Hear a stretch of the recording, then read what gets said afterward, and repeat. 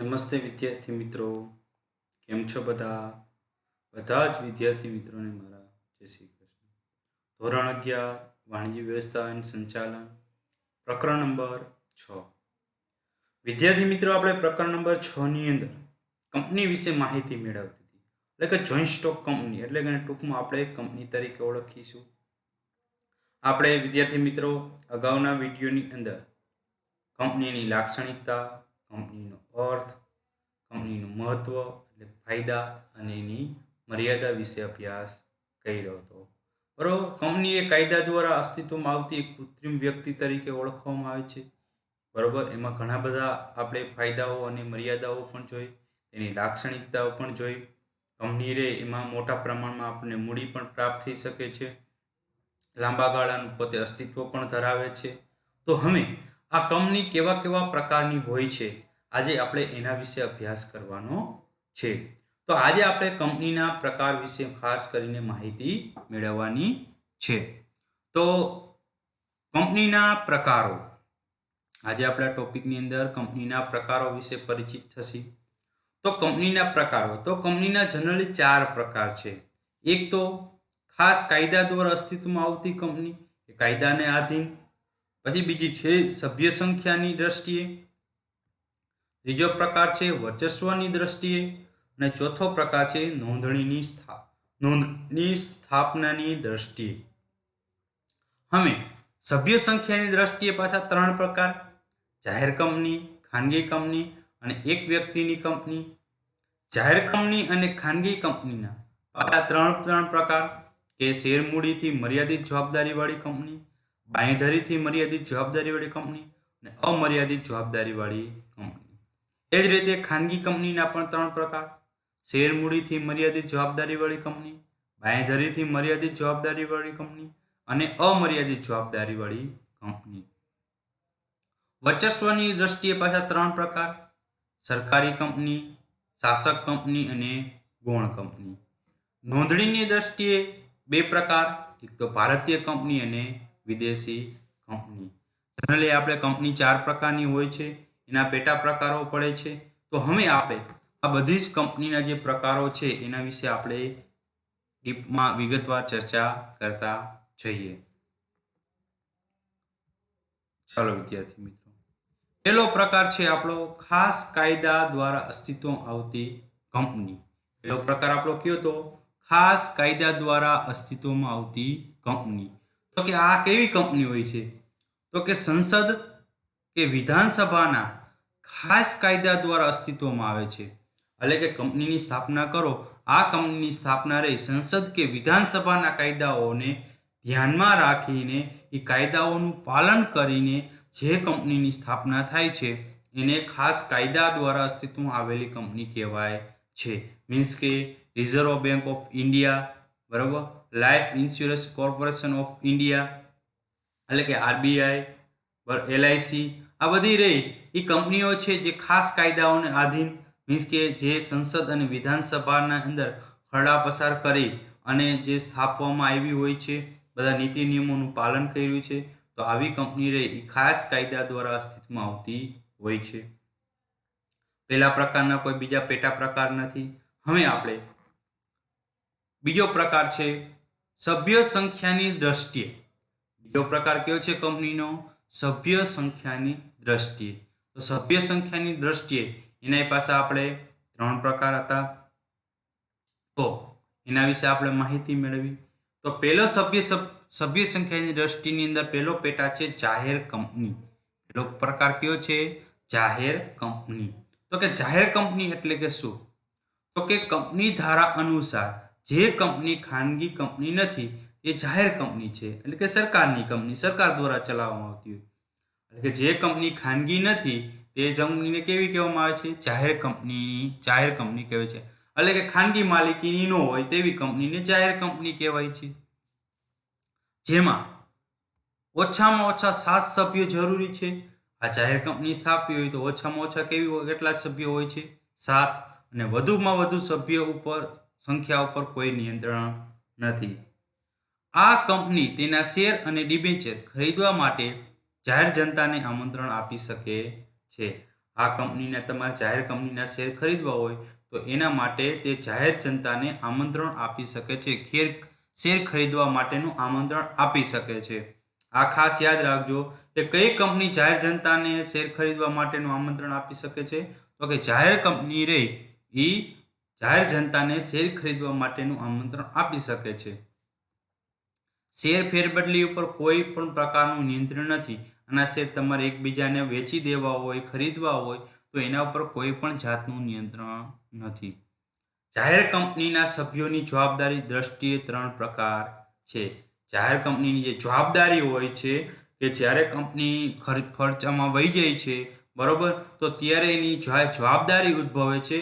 એના આધારે એના 3 પ્રકાર પાડ્યા છે. પહેલું છે શેર મૂડીથી મર્યાદિત જવાબદારીવાળી કંપની.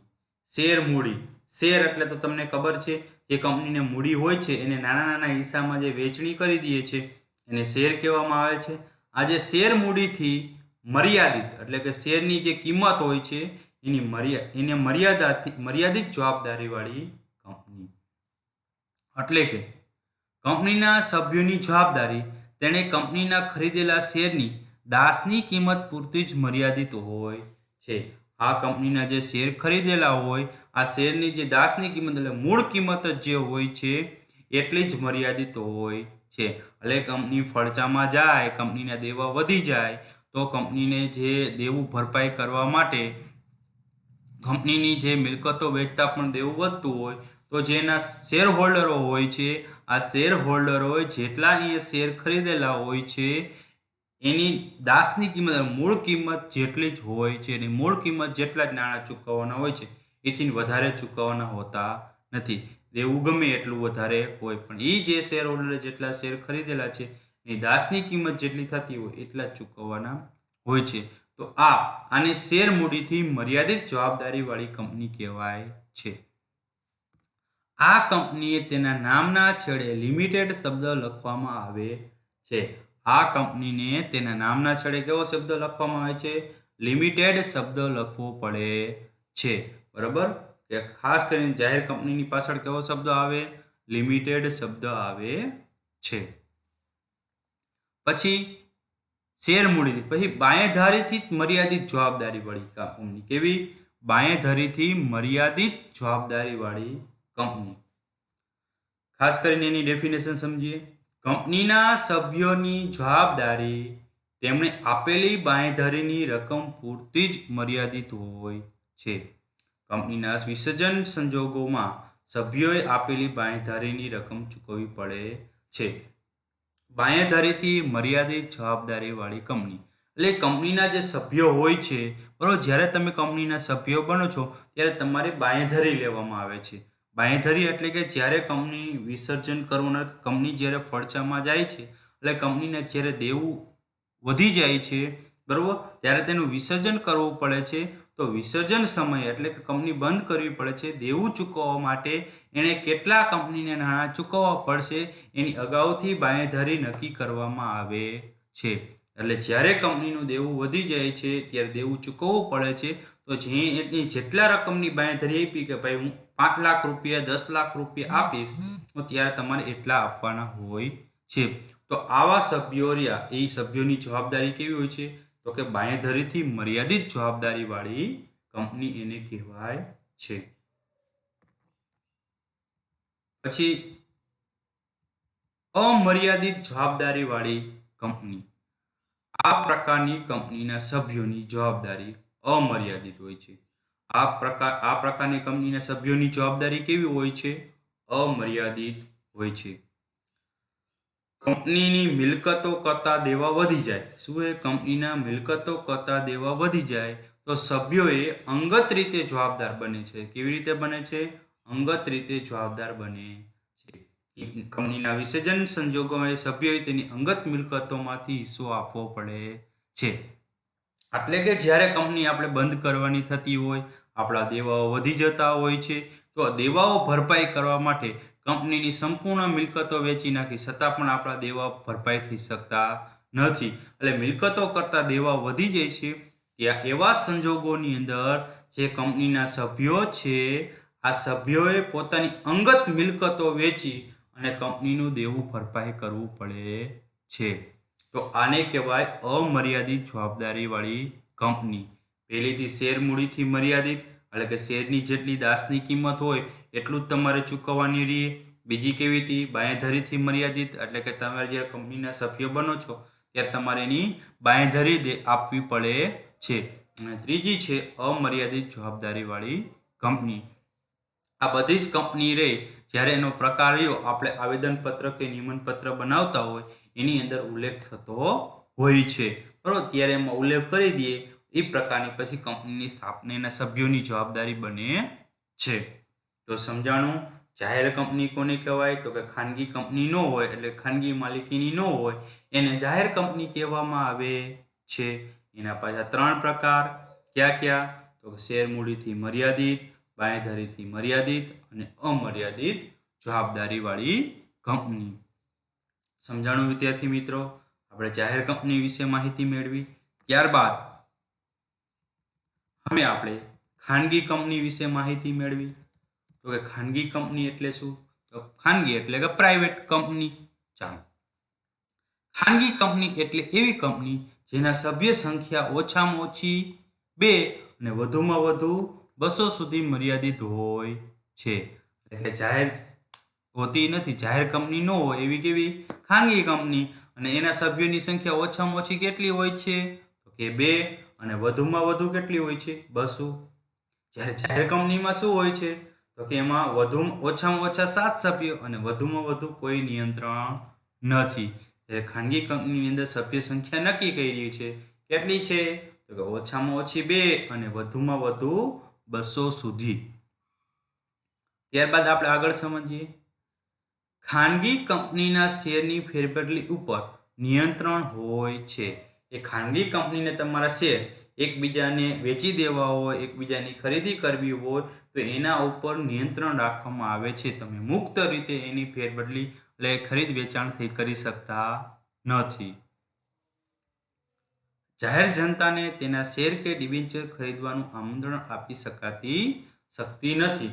એટલે કે જાહેર જનતાને શેર કે ડિબેન્ચર ખરીદવા માટેનું આમંત્રણ આપી શકતી નથી. કે ભાઈ ન્યૂઝપેપરની અંદર એવી જાહેરાત કરી શકે નહીં, આમંત્રણ ન આપી શકે ભાઈ એબીસી કંપનીના શેર બહાર પડ્યા છે તો કોઈ પણ વ્યક્તિને ખરીદવા હોય તો ખરીદી શકે, એવું આમંત્રણ આપી શકે નહીં.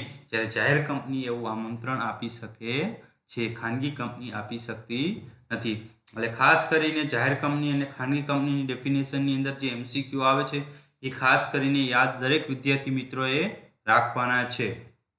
એક તો જાહેર કંપની રહે એ શેર ખરીદવાનું આમંત્રણ આપી શકે છે, જ્યારે ખાનગી કંપની શેર ખરીદવાનું આમંત્રણ આપી શકતી નથી. જાહેર કંપનીમાં ઓછામાં ઓછા 7 સભ્યો હોય છે, જ્યારે ખાનગી કંપનીમાં ઓછામાં ઓછા 2 હોય છે અને ખાનગી કંપનીમાં વધુમાં વધુ કેટલા હોય છે? 200 હોય છે. જ્યારે જાહેર કંપનીમાં વધુમાં વધુ કાંઈ મર્યાદા છે નહીં. ઓકે. ખાનગી કંપનીના સભ્યોની જવાબદારીની દ્રષ્ટિએ 3 પ્રકાર છે.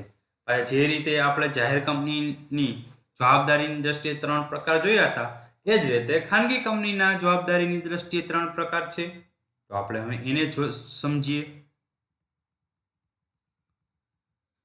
પેલું છે મર્યાદિત જવાબદારીવાળી કંપની. બરાબર? જે આપણે ઓમાં પણ જોયું હતું મર્યાદિત, આમાં પણ આવ્યું મર્યાદિત. ચાલો, સભ્યોની જવાબદારી તેમણે ખરીદેલા શેરની દાસની કિંમત પૂરતી જ મર્યાદિત હોય છે. સભ્યોની જવાબદારી કેવી હોય છે? તો કે જેટલા શેર ખરીદેલા હોય છે આ શેરની મૂળ કિંમત જેટલી જ એની મર્યાદિત હોય છે. એથી એની વધારે જવાબદારી રહેતી નથી. મર્યાદિત જવાબદારીવાળી ખાનગી કંપની તેના નામના છેડે પ્રાઇવેટ લિમિટેડ શબ્દ લખવા પડે છે. ખાસ કરીને મર્યાદિત જવાબદારીવાળી ખાનગી કંપની તેના નામના છેડે શું લખે છે? Private limited. જ્યારે જાહેર કંપની શું લખે છે? તો કે લિમિટેડ. ખાસ કરીને આ પણ યાદ રાખી લેવું. ત્યાર પછી બીજો પ્રકાર છે બાંયધરીથી મર્યાદિત જવાબદારીવાળી કંપની. બાંયધરીથી મર્યાદિત જવાબદારીવાળી કંપની. કે આ કંપની કેવી હોય છે? તો કે કંપનીના સભ્યોની જવાબદારી તેમણે આપેલી બાંયધરીની રકમ પૂરતી જ મર્યાદિત હોય છે.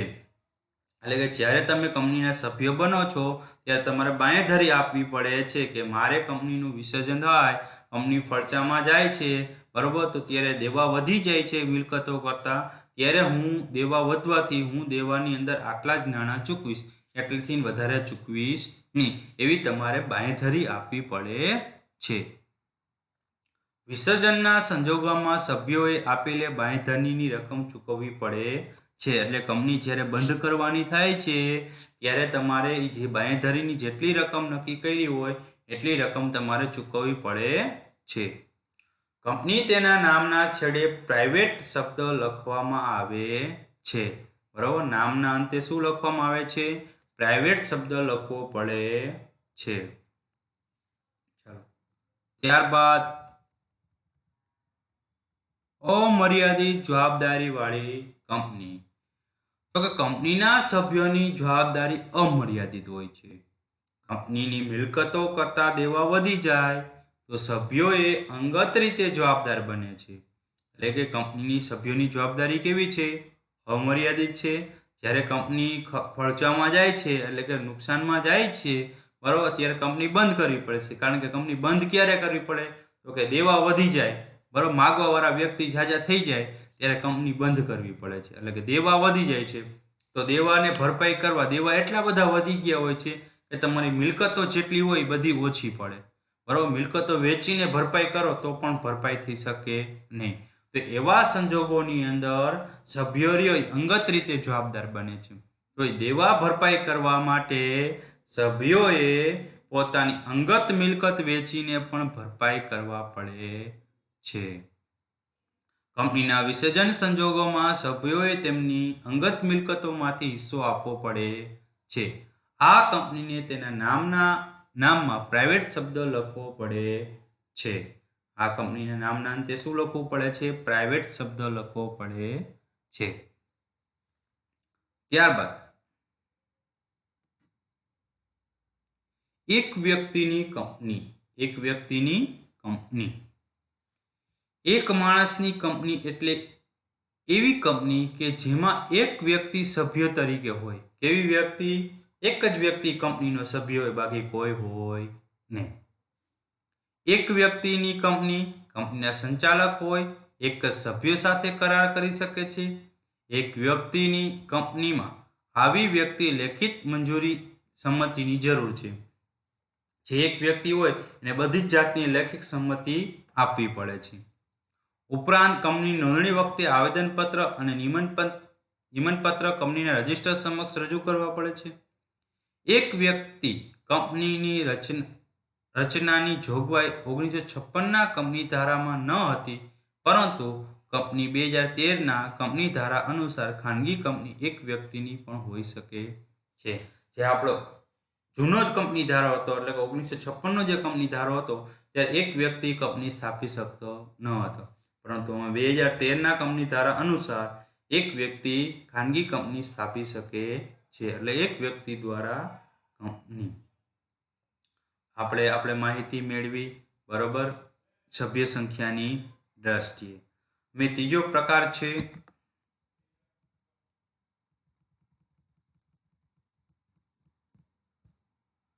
વર્ચસ્વની દ્રષ્ટિએ. કેવો પ્રકાર છે? વર્ચસ્વની દ્રષ્ટિએ. ચાલો, વર્ચસ્વની દ્રષ્ટિએ પાછા 3 પ્રકાર છે. તેમાંથી પહેલો પ્રકાર જોઈએ, સરકારી કંપની. કેવી કંપની? સરકારી કંપની. તો કે સરકારી કંપની કોને કહેવાય? તો કે જે કંપનીની ભરપાઈ થયેલી મૂડીના ઓછામાં ઓછા 51% મૂડી કેન્દ્ર સરકાર અથવા રાજ્ય સરકાર અથવા એકથી વધુ રાજ્ય સરકારો અથવા કેન્દ્ર સરકાર અને એક કે વધુ રાજ્ય સરકારો સાથે મળીને ધરાવતી હોય તેને સરકારી કંપની કહે છે. દાખલા તરીકે Ashok hotels limited, Bharat heavy electrics limited, મહાનગર ટેલિફોન નિગમ લિમિટેડ. એટલે કે સરકારી કંપની એટલે કેવી?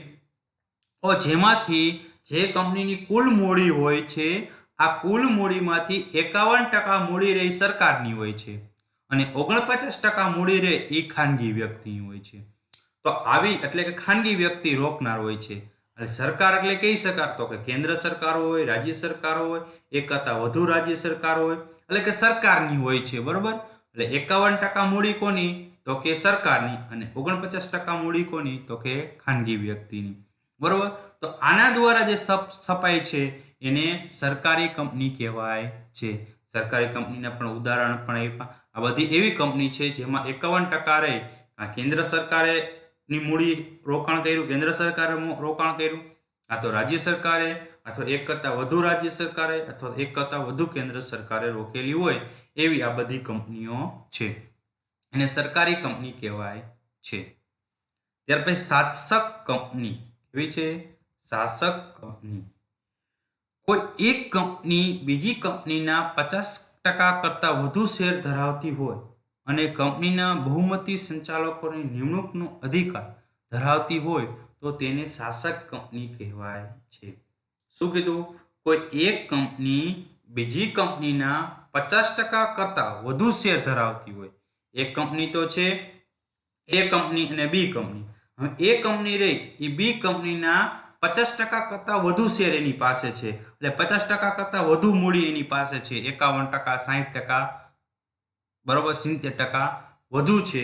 તો એવી મૂડી, એવી કંપની બીજી કંપનીની શાસક કંપની થઈ કહેવાય. બહુમતી સંચાલકોની નિમણૂકને અધિકાર ધરાવતી હોય તો તેને શાસક કંપની કહેવાય છે.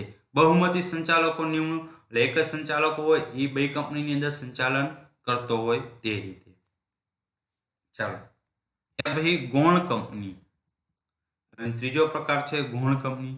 તો ગૌણ કંપની એટલે એવી કંપની કે જે કંપનીના 50% થી વધુ શેર શાસક કંપની ધરાવતી હોય અને જે કંપનીમાં બહુમતી સંચાલકો નિમણૂક કરવાનો અધિકાર શાસક કંપનીનો હોય તો તેને ગૌણ કંપની એની કહેવામાં આવે છે. એટલે શાસક કંપની અને ગૌણ કંપની એટલે કે એક કંપની શાસક અને બીજી કંપની એની ગૌણ. શાસક અને ગૌણ એ રીતે.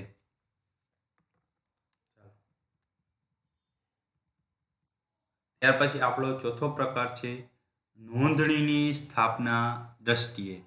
ચોથો પ્રકાર આપણો કયો છે? નોંધણીના સ્થાનની દ્રષ્ટિએ. તો એના પણ આપણે પ્રકાર જોઈએ. પહેલો છે ભારતીય કંપની. બરોબર? એના બે પ્રકાર, ભારતીય કંપની અને વિદેશી કંપની. એમાં ભારતીય કંપની, જે કંપની નોંધણી ભારતીય કંપની ધારા હેઠળ કે સંસદે પસાર કરેલા ખાસ કાયદા હેઠળ થઈ હોય તો તેવી કંપનીને ભારતીય કંપની કહેવાય છે. એવી કંપની કે જે ભારતની અંદર હોય, ભારતની અંદર એની નોંધણી થઈ હોય, ભારતનો કંપની ધારા હેઠળ એની બધી કાર્યવાહી થઈ હોય, સંસદ અથવા તો સંસદ દ્વારા પસાર કરેલા ખાસ કાયદાઓ હેઠળ થયું, એટલે કે રિઝર્વ બેંક ઓફ ઇન્ડિયા એ, બરોબર, આવી કંપની હોય તો આવી ભારતીય કંપની જાહેર કંપની, ખાનગી કંપની કે સરકારી કંપની પણ હોઈ શકે છે.